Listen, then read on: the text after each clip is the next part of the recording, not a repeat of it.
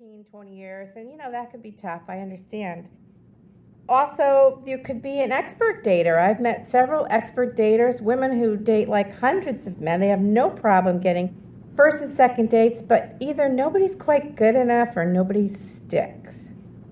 There's also people that I've thought of as relationship jumpers, where they have a 3-month relationship or 6-month or 18 months, and then they start over again. And I just want you to know that none of these are wrong. I'm not saying they're wrong or bad. They're just different states that people find themselves in when they're in the middle of their life and they've had some patterns that they might have noticed, or however you might be feeling at the time, considering that you're thinking about going back out there to look for love. There is a professional woman, a type A, hard-driving professional woman. I'm from the East Coast, so there's a lot of those type A women out there. They want to make it quick. They're busy. Let's go. Then there's some people who have had some really tough relationship situations, and maybe they're bitter or angry, and they're not so sure even how they feel about men, and might be a little bit bitter, having a hard time reconnecting with the idea of finding love again. There's also dabblers. I was definitely a dabbler. A dabbler is somebody, from my perspective, who every 6 months I'd get dressed up and go to a singles dance and then kind of cry because nobody talked to me and come home. And I didn't want to do that again. So I was only dabbling, and I wasn't really in it. And I think that can be a hard road, at least it was for me personally, to be a dabbler. There's also never marrieds, and I was also a never married person. And then lastly, but not least at all, there is the dating complainer.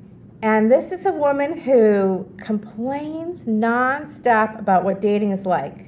She doesn't actually do a lot of dating, but she does complain a lot about it. I was actually in that pile too.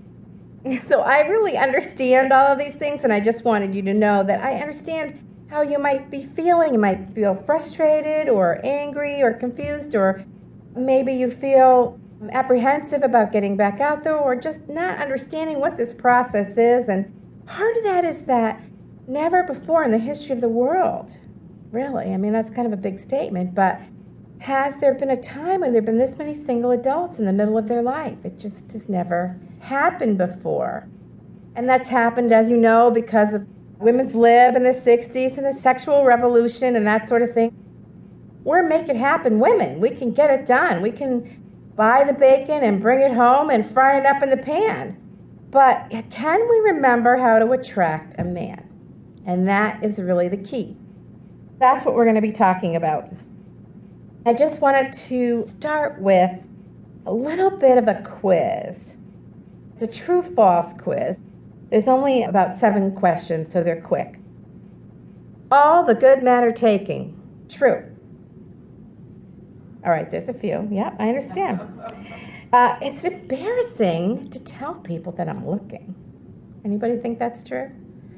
Okay. I rarely flirt, and I'm not even sure how to do that. Very good. Okay. I offer to pay on the first date. I think women should do that. I offer to pay on the first date. Is that true? Okay, couple. All right. Sometimes it just comes out and I start talking about my ex and everything that happened with him, and I love to chat about my kids and stuff, and I'll do that on the first date. All right. I've been taken in by those sweet-talking, charming men. I don't understand what happened because he came on so strong and then gone. Anybody been through that? Yeah. And the last one is, the guy I'm seeing, he doesn't really keep his promises and follow through on all the things that he says he's going to do. However, he's really still a good guy, even though he disappoints me. Yeah. Okay, cool. We're human, and these are the things we do. Sometimes we go through different experiences with relationships because we're learning. They say from a spiritual perspective that the reason we are here on earth is to get into relationships and learn, and you learn a lot more through your interactions with other people. So we're all learning. Hopefully we're going to learn some ways to avoid some of the mistakes that we've potentially made, or even wake up to the idea of what those mistakes might be. So that's what I'm here for. And I can tell you that the people who work with me definitely experience a